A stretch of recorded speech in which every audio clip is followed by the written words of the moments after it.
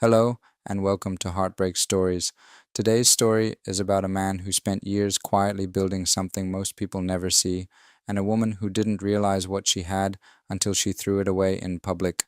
She grabbed her boss's arm at dinner and told our friends she'd finally traded up. I nodded, buttoned my jacket, and walked out. What she didn't know was that every brick she'd ever stood on had my name on the deed. By morning, she'd find out exactly what that meant. My name is Sebastian Tillman. I'm 47 years old. I spent 21 years building something most people never see. Not a brand, not a public profile, not a LinkedIn headline. I built a structure. Quietly, methodically, the kind of financial architecture that doesn't show up in search results, but holds up entire city blocks of commercial real estate. My grandfather started the Tillman Legacy Trust in 1962, and my father passed the keys to me when I was 32. I never talked about it. Claudia knew it existed. She called it that old fun thing and moved on. That was always her way. If it didn't generate buzz, she wasn't interested. The dinner was held at Hartwell and Reed, a steakhouse in downtown Atlanta that Rowan Steele had rented out for what he called a vision evening. His words, not mine. 12 people around a long table. Investors, colleagues, a few mutual friends. I wore a navy blazer and said little. That's nothing new. I've always been more comfortable listening than performing. Claudia was electric that night. She'd been on a high ever since her commercial design firm signed a lease on a new flagship studio space. She posted about it 3 times that week. Champagne photos, captions about dreams and grind and manifestation. I'd smiled at each one and said nothing because that's what you do when you love someone. You support the performance even when you're not sure what's being performed. Rowan sat at the head of the table like a man who'd been practicing that posture since birth. 52 years old, silver-haired, the kind of tan that comes from ski trips rather than yard work. He had a Breitling on his left wrist and a habit of scanning the room while someone else was talking, as if he was always looking for someone more useful to speak to. Claudia was seated 2 chairs to his left. By the main course, she'd moved to the chair directly beside him. I noticed. Theo Baines, sitting across from me, noticed too. He gave me the kind of look old friends give when they're deciding whether to say something. He didn't. Neither did I. Then came the toast. Rowan raised his glass and said something about bold visions and the right partnerships. And Claudia, my wife of 16 years, reached over and placed her hand on his forearm. Slow, deliberate, the way you touch someone you've already claimed. She turned to the table, her eyes bright, and said it loud enough for every person there to hear. I've finally traded up. She wasn't looking at me when she said it. She was looking at him. The table went quiet in that particular way where everyone is suddenly very interested in their food. I heard someone set down a fork. I heard a woman near the end of the table release a breath. I set my napkin on the plate, pushed my chair back, and stood. No outburst. No trembling hands. I buttoned my jacket, one button, too, straightened my cuffs, and walked toward the exit at the pace of a man who is somewhere better to be. Claudia called after me. Oh, come on, Sebastian. Don't make a scene. I didn't make a scene. I didn't even turn around. The valet brought my car in 4 minutes. A gray Volvo she used to call embarrassingly understated. I sat in the driver's seat without starting the engine, watching the rain begin to dust the windshield. My phone was in my jacket pocket. I didn't look at it. I just sat there while the rain thickened, breathing slowly, letting the one sharp wave of feeling pass through me the way a storm passes through a valley, fast, total, and then gone. Then I started the car. Not to drive home. Not yet. There was a call I needed to make. One that I'd hoped I'd never have to make. But Claudia had just done something public, something documented, and something, though she didn't know it yet, contractually significant. I pulled out my phone and dialed Theo. He picked up before the second ring. I saw it, he said quietly. I know, I replied. What are you going to do? I looked out through the rain-blurred windshield at the glow of the steakhouse entrance, where a few guests had drifted outside, probably wondering where I'd gone. I'm going to let the paperwork do the talking, I told him. Theo was quiet for a moment. Then the trust, among other things. I ended the call, set the phone on the passenger seat, and finally pulled out of the parking lot. 16 years.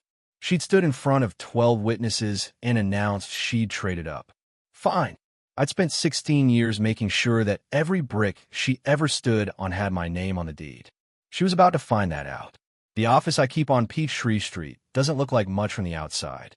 No logo on the door, no receptionist, no waiting area with a water feature and motivational art. Just a frosted glass panel, a keypad, and a nameplate that reads Tillman Consulting by appointment. Claudia had been asking me to upgrade the space for years. Get something with a view, she'd say. Something that makes a statement. I never saw the point. The work was never in the appearance. I let myself in just after 10 that night, turned on the banker's lamp, the green glass one she'd been trying to get rid of since we moved in together, and sat down at my grandfather's desk. Walnut. Heavy. Scarred at one corner from move 30 years ago. She called the whole room a time capsule. I called it the one place where everything made sense. The Tillman Legacy Trust folder lived in the bottom drawer, behind a fireproof sleeve and a secondary lock. I'd opened it maybe a dozen times in 15 years. Tonight made 13. I laid it flat and turned to the tab section near the back. My grandfather had been thorough to the point of obsession, which is the only reason any of this was possible. He'd anticipated things no reasonable man would anticipate, including what the trust document called a public reputational event involving a beneficiary's spouse. The clause was clear. If such an event occurred and was documented, witnessed, recorded, or formally reported, the managing trustee was permitted to invoke an expanded authority provision. Effectively, it moved certain dormant assets from shared oversight into sole control. Full authority. Immediate effect.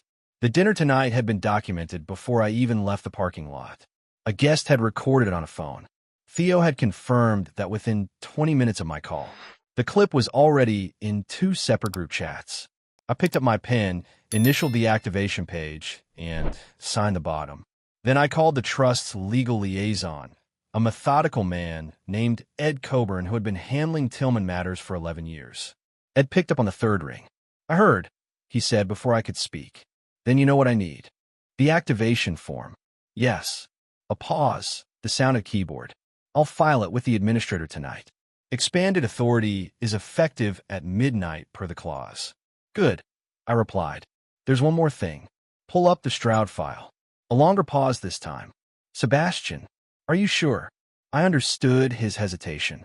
Lawrence Birch, or Stroud, as my grandfather always called him, using the name of the shell company he'd hidden behind for decades, was not someone you engaged lightly. He was 69 years old, ran a private equity operation out of Charlotte, and had spent the better part of 30 years trying to chip away at Tillman Holdings through legal maneuvering, proxy battles, and a pipeline of strategic lawsuits. My grandfather had beaten him every time. My father had beaten him once.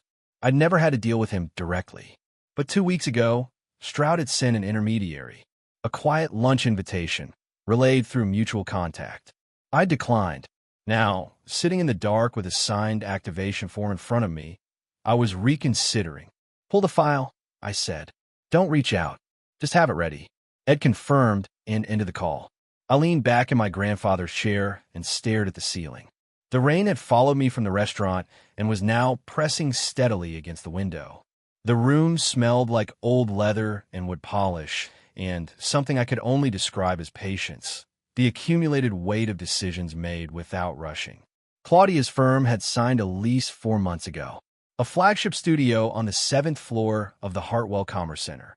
She'd celebrated it like a conquest, photos, a dinner party, a blog post about finally arriving. What she didn't know, what she'd never bothered to ask, was that the Hartwell Commerce Center was managed under a subsidiary of the Tillman Trust called Ardenfield Property Group. I had co-signing authority on every major lease in that building. Her studio existed because I'd quietly approved it. I hadn't done it as leverage. At the time, I'd done it because she was my wife and I wanted her to succeed. But intentions don't rewrite documents. The lease was real. The authority was real. And tonight, she'd stood up in front of 12 people and declared herself free of me. I opened my laptop and pulled up the Ardenfield lease file. Clause 14b, Reputational and Conflict of Interest Review. Any public conduct by a lessee or affiliated party that created documented conflict with managing ownership could trigger a mandatory compliance review. She created that conflict herself, in front of witnesses, on video. I didn't initiate the review that night. I simply flagged the file and added one note: pending, monitor for formal trigger. Then I closed the laptop, turned off the lamp, and sat in the dark for a while. By midnight, the expanded authority was mine. I drove home at 12:14. The house was dark. Claudia's car was in the driveway, which surprised me. I'd half expected her to still be at the restaurant, working damage control. I went in through the side door, moved quietly through the kitchen, and went directly to the guest room. I didn't check my phone. I already knew what was on it. Her texts, probably escalating from casual to concerned to something sharper. They could wait. Everything could wait. I'd already done the only thing that mattered tonight. The paperwork had been signed. The clock had run to midnight. And while Claudia slept down the hall, the foundation under her feet had quietly, permanently shifted. I woke up in the guest room at 6:14 in the morning. No alarm, just the particular stillness of a house that's holding its breath. My phone was face down on the nightstand where I'd left it. I picked it up and turned it over. The screen showed a number that would have felt surreal if I hadn't already expected something like it. 132 missed calls. Claudia, starting at 10:47 the previous night, running through to 2:16 in the morning, then a gap, then 3 more starting at 5:50. Alongside those, 11 texts, escalating in tone from breezy to defensive to something that read less like a wife and more like a cornered negotiator. I scrolled past all of it. There was one message that wasn't from Claudia. It had come in at 1:08 in the morning from a number I recognized immediately. Raymond Foss, her father. He knows. Call me before you lose everything. I read it twice. Raymond Foss was not a man who used dramatic language. He was 71 years old, had spent 4 decades in commercial lending, and communicated with the efficiency of someone who billed by the hour, even in retirement. 6 words from Raymond meant something had rattled him badly enough to drop the professional mask entirely. I set the phone down, got dressed, and went to make coffee.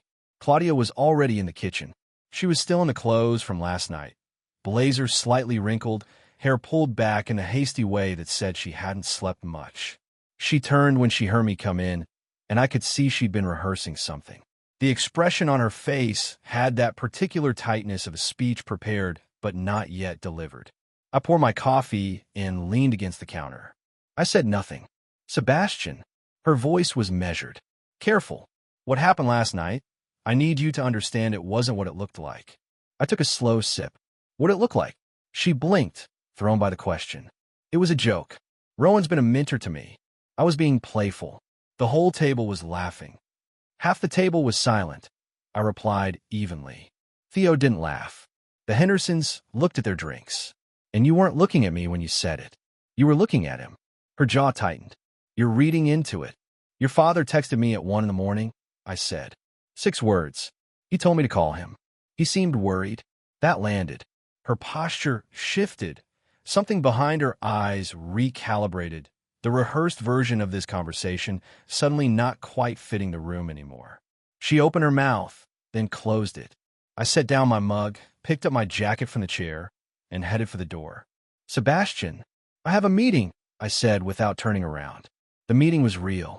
I'd set it at 7:30 the night before, after leaving the office. Theo Baines met me at a diner on Roswell Road, a place we'd been going since our 30s, back when we were both figuring out what we wanted to be. He was already in a corner booth with 2 coffees when I arrived. How bad is it? He asked, pushing a mug toward me. I sat down. The clip's in at least 4 group chats. Raymond Foss texted me at 1 in the morning. Theo let out a slow breath. Raymond knows what the Tillman Trust means.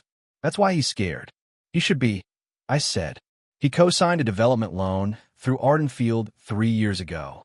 If the compliance review moves forward, that loan comes under scrutiny too. Theo wrapped both hands around his mug. So his text wasn't a warning to you? No, I agreed. It was a warning to her. He's scared of what I might do. I paused. He's right to be. Theo was quiet for a moment. Then, and Rowan Steele? I've been thinking about Steele since the parking lot. The way he'd sat at that table. The way he'd accepted her hand on his arm without so much as a polite redirect. A man who knew exactly what he was doing and didn't care who saw it. I had Ed pull his compliance history this morning, I said. Steele's firm has 2 pending disclosures with the state real estate board, both flagged for undisclosed relationship conflicts. Theo raised an eyebrow. He's done this before. Looks that way. I reached into my jacket and set a folded page on the table between us. And now he's done it with a woman whose lease runs through my trust, which makes it my problem, and his. Theo unfolded the page, scanned it, and set it back down without a word. Outside, the morning traffic on Roswell Road moved in its usual indifferent stream. People with ordinary Tuesdays. I envied them for about 30 seconds. Then I finished my coffee, put on my jacket, and went to work. Lawrence Birch called me himself. No intermediary this time. It was 3 in the afternoon, 2 days after the dinner. I was at my desk reviewing the Ardenfield compliance file when the phone rang. A number I'd stored years ago under a single word, Stroud. I stared at it for 2 rings, then picked up. Sebastian. His voice was the kind of smooth that comes from decades of practice. Rich, unhurried, faintly amused. Like a man who'd never once been caught off guard. I think it's time we had a proper conversation. You had my number, I replied. You could have called any time in the last 20 years. The timing wasn't right. A brief pause. It is now. We met that evening at a private club in Buckhead. His suggestion, neutral ground in theory, though everything about the place said old money and older grudges. Birch was already seated when I arrived. 69 years old, silver at the temples, wearing a suit that probably cost more than most people's monthly rent. He rose when he saw me and extended a hand. I shook it. You don't refuse a handshake. You just remember whose hand it is. You look like your grandfather, he said as we sat. Same eyes. Same way of moving through a room like you already know where everything is. He taught me well, I said, including who to be careful around. Birch smiled at that. Genuine, almost respectful. He was a remarkable man. Wrong about me, but remarkable.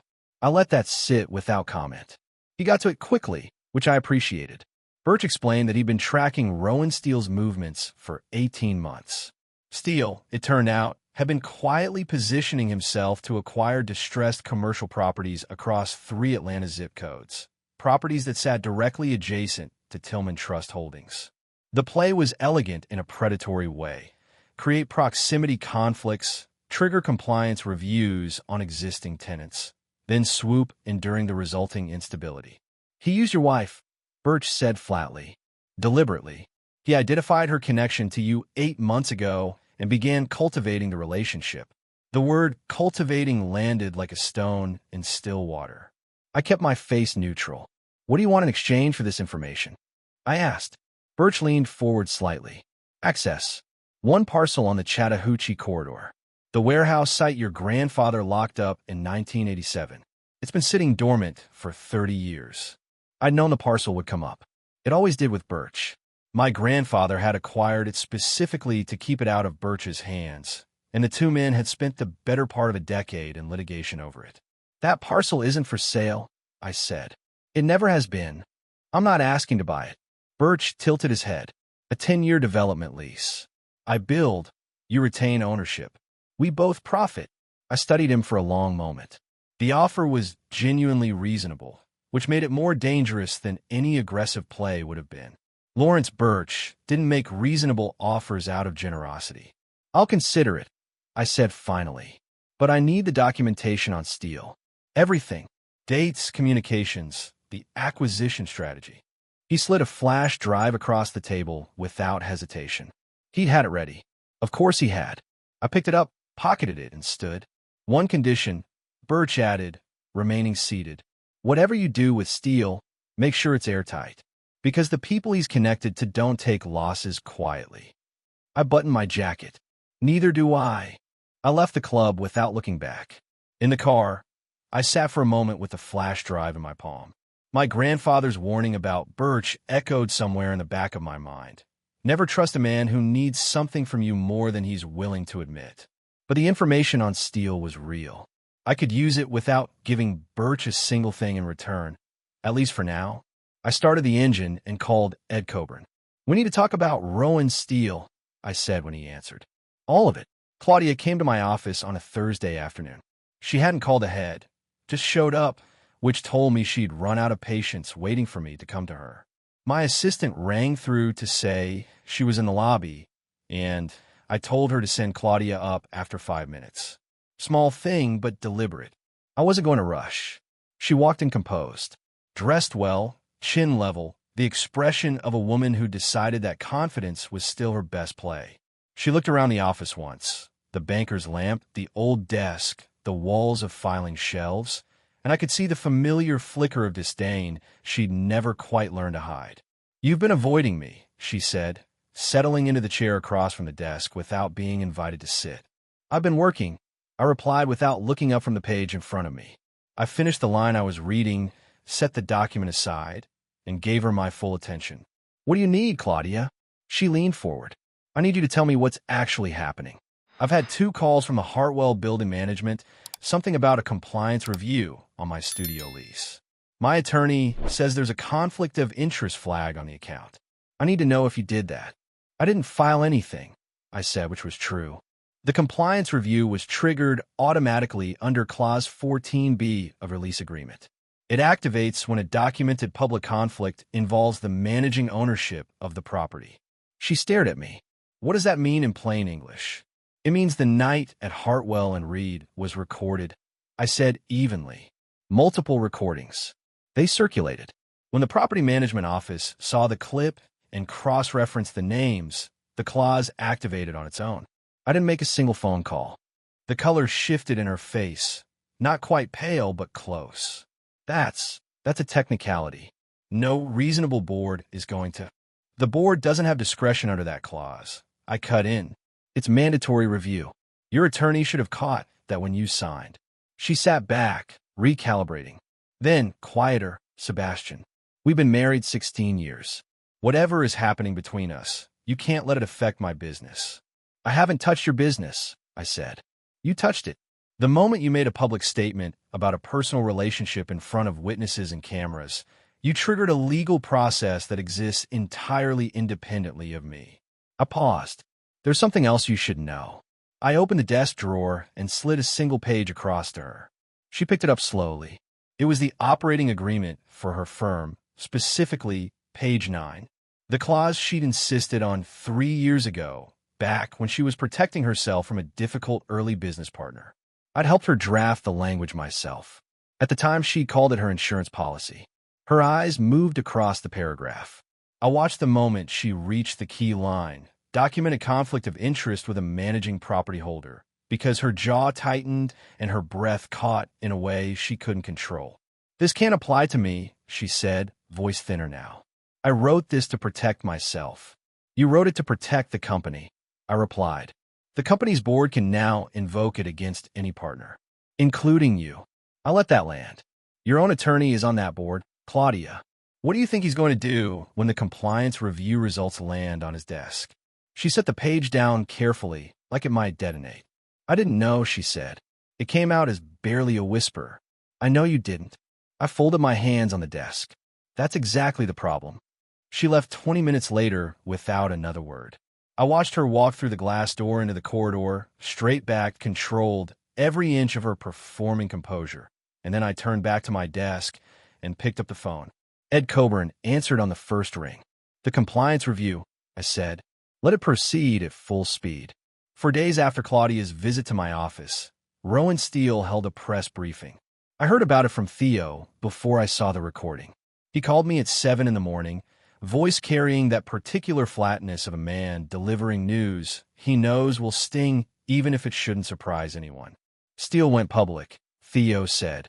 Full statement. He's positioning himself as the victim. I watched the recording an hour later. Steele stood outside his firm's downtown office in a crisp gray suit, flanked by his PR director and a woman I recognized as one of Atlanta's sharper defamation attorneys. He spoke for 4 minutes in a measured, regretful tone of a man who had practiced exactly this performance. He said that he had been introduced to Claudia Tillman as an independent professional seeking mentorship, that he had been unaware of the full nature of her personal circumstances, that certain statements made at a private dinner had been taken out of context and attributed to a relationship that existed only in a professional capacity, that he was deeply concerned about the reputational damage to his firm caused by an individual who had, in his words, misrepresented the nature of their arrangement to multiple parties. He didn't say her name. He didn't have to. By noon, 3 business publications had run pieces framing Claudia as the aggressor in a professional boundary dispute. By 2 in the afternoon, 2 of her firm's largest client accounts had requested a pause on active projects pending clarification of the situation. She called me at 2:47. I let it go to voicemail. Then I called Ed Coburn and asked him to forward all Ardenfield documentation to our outside litigation counsel. Not because I needed to do anything further, but because I wanted the record clean when everything else started moving. Theo came by the office that evening. He sat across from me in the same chair Claudia had used 2 days earlier and set his phone on the desk with the screen up, showing a message thread. Steele's personal assistant contacted me, Theo said. She's been with him 6 years. She's not happy about what he did today. I looked at the screen. The message was brief but precise. Dates, locations, documentation of a pattern, multiple professional women, similar situations, the same playbook run each time. Steele had done this before, systematically. She's willing to provide a formal statement, Theo added. Tell her to contact Ed Coburn directly, I said. Not me. I don't want my fingerprints on it. Theo nodded and picked up his phone. He sent the reply, then leaned back. You know what gets me? Steele thought he was using Claudia to get at your holdings. He had no idea you already had everything documented. He assumed I was the quiet one, I said. People always assume quiet means unaware. That evening, I received the first piece of confirmed intelligence from the flash drive Birch had provided. Steele's acquisition strategy was exactly what Birch had described, a deliberate pattern of proximity manipulation, using cultivated personal relationships to create compliance instability in target properties. He'd run the same play in Charlotte 18 months ago. That case had settled quietly, which was why nobody knew. This one wasn't going to settle quietly. But there was something else on that drive. Something Birch hadn't mentioned explicitly, but had clearly included on purpose. Documentation suggesting Steele had financial connections to 2 offshore structures that were currently flagged in a separate federal inquiry. Not criminal charges. Not yet. But the kind of flag that turns a compliance review into something considerably larger. I sat with that for a long time. Then I called Miles Decker. Miles Decker showed up on a Wednesday morning without calling ahead. That was his way, always had been. We'd served together briefly in a logistics intelligence unit during my reserve years, 2 decades ago, and Miles operated on the assumption that a phone call gave people time to prepare answers rather than give honest ones. He preferred to catch the room as it was. I was in the middle of a document review when my assistant knocked and said there was a man downstairs who wouldn't give his name, but said I'd recognize the description. Compact build, gray jacket, no tie, scar along the left jawline. I told her to send him up. Miles walked in looking exactly the same as he had at 40. The kind of man who seemed to have reached a permanent age somewhere in the middle and stopped there. He shook my hand, looked around the office once, and sat down without being asked. You look tired, he said. I look fine, I replied. What's going on? He reached into his jacket and placed a folded document on the desk. Not dramatic about it. Just set it down the way you'd set down a grocery receipt. Rowan Steele, he said. You've been working the compliance angle. That's smart, but there's a layer under that you haven't seen yet. I opened the document. It was a summary, no official header, no agency markings, the kind of thing that gets passed between people who've worked in the same circles long enough to trust each other's judgment. 3 pages. Financial connections between Steele's development firm and 2 offshore structures in the Cayman Islands. Transactions running back 4 years. Dollar amounts that suggested the commercial real estate operation was, at minimum, partially a vehicle for moving money that didn't originate in commercial real estate. I read through all 3 pages before I spoke. How long have you known about this? Long enough, Miles said. I'm not here in any official capacity, but there are people I used to work with who are interested in Steele, and they're going to move on him in the next 3 to 4 weeks. When they do, anything connected to him becomes part of a much larger file. He paused. Including your wife's studio lease in the Hartwell building. I set the document down. The lease runs through Arden Field. Steele's name isn't on it. His money is, Miles said flatly. 2 of the anchor tenants in the Hartwell Commerce Center were placed there using funds routed through one of those Cayman structures. The investigators are going to look at every lease in that building as a potential placement vehicle. He met my eyes. Sebastian, I need to know whether the Tillman Trust has any financial crossover with Steele's network. Any at all. Because if there is, you need to know before they do. There isn't, I said. I've reviewed everything. The Trust's holdings are clean. Good. He stood. Then when this moves, you'll be a witness, not a subject. But you need to get your documentation in order now. Everything. Dated, organized, ready to hand over if asked. I walked him to the door. At the threshold, he paused. Turn back. One more thing. The woman at Steele's firm, the assistant who reached out to your friend Theo. She already contacted the investigators last week. Her statement is on record. He said it without particular emphasis. I'm telling you, so you're not surprised when Steele's attorney starts looking for the source of the leak. After he left, I stood by the window for a long time, looking at the Atlanta skyline. The situation had moved well past Claudia's dinner party stunt. Steele had built something deliberately rotten, and she'd walked into it without a second glance because it looked like an upgrade. She hadn't known. I was certain of that. But her ignorance wouldn't protect her from being associated with a federal inquiry unless I acted quickly. I called Ed Coburn and instructed him to formally sever the Arden Field lease with Claudia's studio. Not a termination, a structured transfer to a different property in the fund's portfolio. Cleaner address. No Steele adjacency. It would look like a routine management decision, because it was, technically, the Tillman Trust didn't carry damaged freight.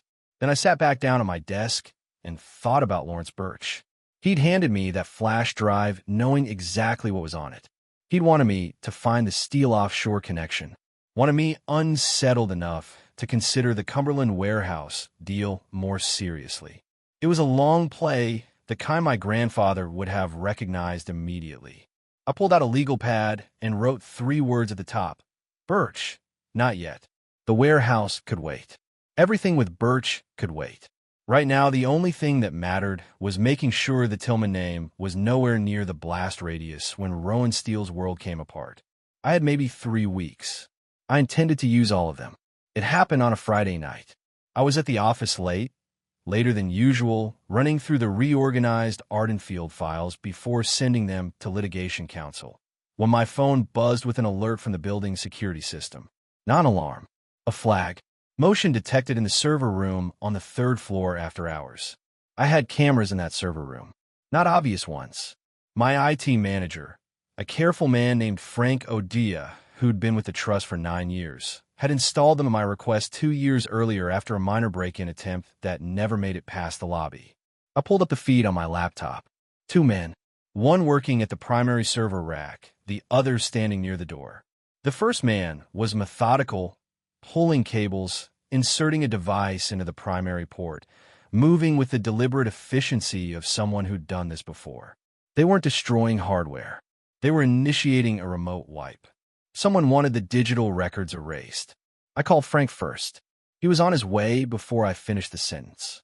Then I called building security, gave them a precise description of both men and their location, and told them to hold the individuals in place and not allow them to leave the building under any circumstances.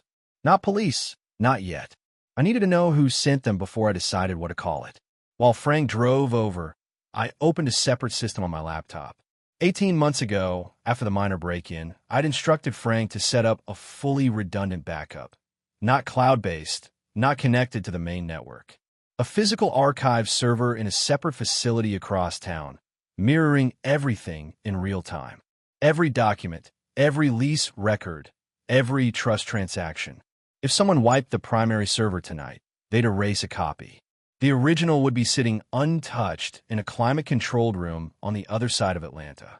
The 2 men were detained by security within 8 minutes. Building management called the police.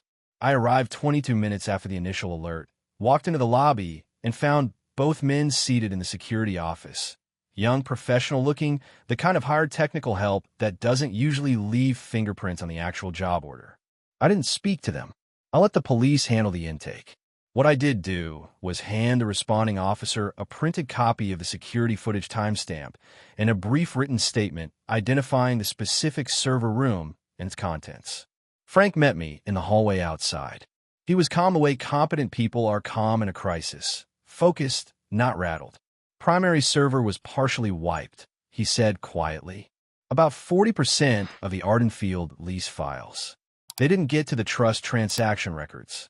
The backup, I asked. Untouched, fully intact.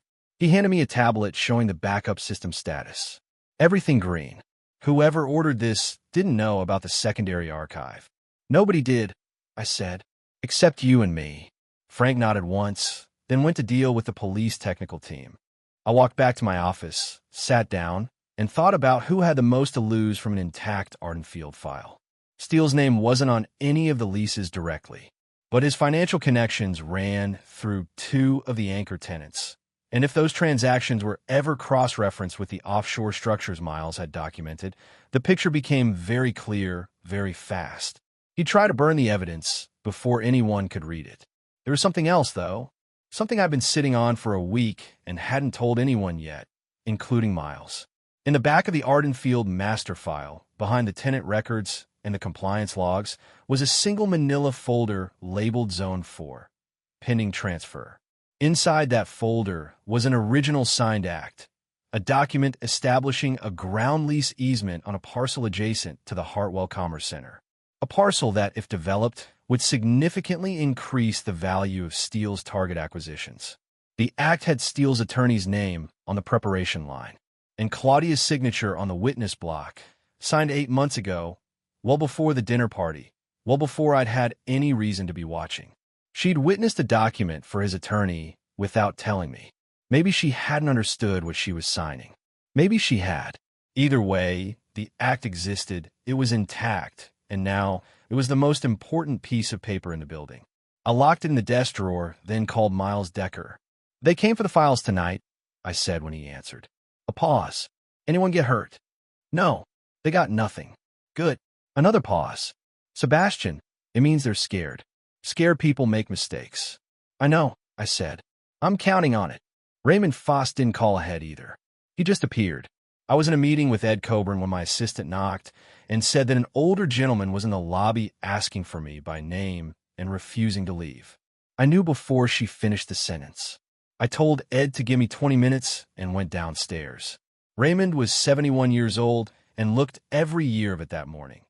Not frail, but carrying the particular weight of a man who'd spent several sleepless nights rearranging the story he'd planned to tell. He was dressed carefully as always. Gray suit, pocket square, shoes that had been polished that morning. He stood when he saw me come through the lobby door, and there was something in the way he rose, slower than usual, stiffer, that told me this visit had cost him something already. "Sebastian," he said. "Raymond." I gestured toward a pair of chairs near the window, away from the reception desk. "Sit down." He sat. I remained standing for a moment, then took the chair across from him. Between us was a low table and about 30 years of unspoken understanding that Raymond Foss had always liked having leverage and didn't know what to do when he didn't. He started carefully. "I want to talk about Claudia." "All right," I said. "She's made serious mistakes." He paused, choosing each word like a man navigating a floor he wasn't sure would hold. "I know that. I'm not here to excuse what she did.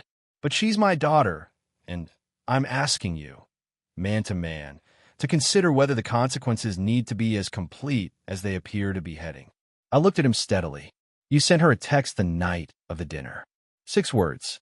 You told her he knows, and to call you before she lost everything. I let that settle. You weren't warning her about me, Raymond. You were warning her about yourself." His jaw tightened. He didn't deny it. "The Ardenfield development loan," I said. "You co-signed it 3 years ago through a private arrangement with the trust's lending arm. 4,200 square feet of commercial guarantee on a project that never fully performed. That loan has been sitting in deferred status because I never called it in." I paused. "I still haven't." Raymond was very still. I'm not here to destroy your daughter, I continued. I'm not built that way. But I'm also not going to pretend that what she did was a misunderstanding. And I'm not going to sit across from her father while he asks me for mercy he doesn't have the standing to request. Raymond looked down at his hands.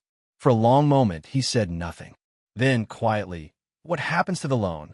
"That depends on Claudia," I said. "If she cooperates with the compliance process fully, without obstruction, I'll restructure it. Fair terms. No penalty clauses." I leaned forward slightly. "But Raymond, if she lawyers up and fights this as though she's the wrong party, I will call every deferred note in the file, including yours." He looked up, not angry, something more complicated than that. The expression of a man who'd built his life on being the one who held the cards and had just realized he'd been sitting at a different table than he thought. "She didn't know about Steele," he said finally. "Not the real version of him." "I know she didn't," I replied. "That's the only reason this conversation is happening at all." He stood slowly, picked up his coat from the arm of the chair, and straightened himself to his full height. He extended his hand. I shook it. "I'll talk to her," he said. "Good," I answered. "Tell her to call Ed Coburn, not her attorney. Ed first." He nodded once and walked toward the lobby doors. I watched him go, a proud man carrying a smaller version of himself out through the glass. And then I turned and went back upstairs to finish my meeting. Rowan Steele was indicted on federal fraud charges 11 weeks after the dinner at Hartwell and Reed. I didn't watch the press conference. I read the summary in a brief email from Miles Decker. 4 sentences, no commentary, just facts. Steele's firm was dissolved. His assets were frozen pending forfeiture proceedings.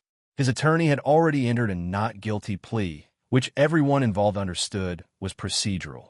The assistant who'd contacted Theo, her name was Janet Coles, and she turned out to be the most important witness in the entire federal case, testified before a grand jury and described in precise detail how Steele had used personal relationships with professional women as instruments of proximity manipulation. At least 4 other women besides Claudia had been targeted over 5 years. None of them had known. Janet had known for 3 years and had finally decided that silence had its own cost. Claudia called Ed Coburn 2 days after her father's visit. She cooperated with the compliance review fully. No obstruction, no counterfilings, no attempt to reframe the narrative. The compliance process concluded that she had been manipulated by Steele into signing the easement document without understanding its function. Her culpability was found to be minimal. The studio lease was restructured under a different Ardenfield property at standard terms. Her firm survived, reduced but intact. 2 clients came back. A third one she rebuilt from scratch. I heard about this from Theo, not from her. Lawrence Birch reached out in the 9th week asking about the Cumberland warehouse. I sent him a letter, single page, Ed Coburn's signature, declining the development lease but offering a long-term storage licensing arrangement at market rate. Birch accepted without negotiation, which told me he'd expected far less. He got useful. I got what the trust actually needed from that parcel. My grandfather would have called it a satisfactory resolution. Raymond Foss's deferred loan was restructured in the 4th week, per my word. He didn't thank me directly. He sent a formal letter through his attorney acknowledging the new terms. That was fine. I hadn't done it for gratitude. The divorce was filed in the 8th week. Claudia didn't contest the trust's asset position. Her attorney reviewed the founding documents, understood the structure, and advised her that a contested proceeding would cost her considerably more than cooperation. She kept her personal accounts, her car, and the rebuilt version of her firm. She moved to a condo in Midtown. I kept the house. I'd built the landscaping myself 12 years ago. Some things you don't walk away from just because someone else suggested you should. Miles Decker sent me one final message after the indictment. Clean outcome. You ran it right. I kept that one. 8 months after the dinner at Hartwell and Reed, I sat at my grandfather's desk in the office on Peachtree Street, the banker's lamp throwing its green light across the same walnut surface it had illuminated for decades. The Tillman Legacy Trust was stronger than it had been before the night of the dinner. Not because of anything dramatic, but because the expanded authority had allowed me to consolidate 3 underperforming positions into a single high-performing one. The kind of move that takes months of stability to execute. I thought about something Theo had said to me in the diner on Roswell Road, that first morning after. People always assume quiet means unaware. I turned off the lamp, locked the office, and drove home. The house was the same as it always had been. Solid, well-built, every brick laid with purpose. I made coffee, sat at the kitchen table, and listened to the particular silence of a structure that had held through everything asked of it. That silence was the answer to every question the past 8 months had raised. Not loud, not triumphant, just steady. The way things build to last always are. You know what I keep thinking about? He never asked for recognition. He just did things right and went back to work. That kind of quiet strength is rare. Thank you for listening. Take care of yourselves, and I'll see you in the next video.